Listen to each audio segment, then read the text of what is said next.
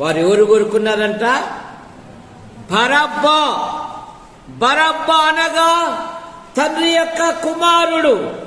ఈ బరబ్బా ప్రసిద్ధి చెందినవాడు. ఈ బరబ్బా ఎదిరించువాడు.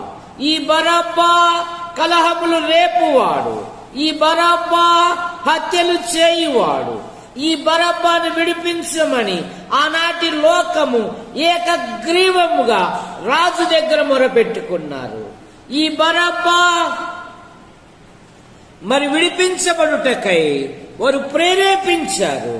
ఈ బరబ్బా ఒక ఖైదీ. ఈ బరబ్బా బందిపోటు దొంగ. ఈ బరబ్బా ఒక నరహంతకుడు.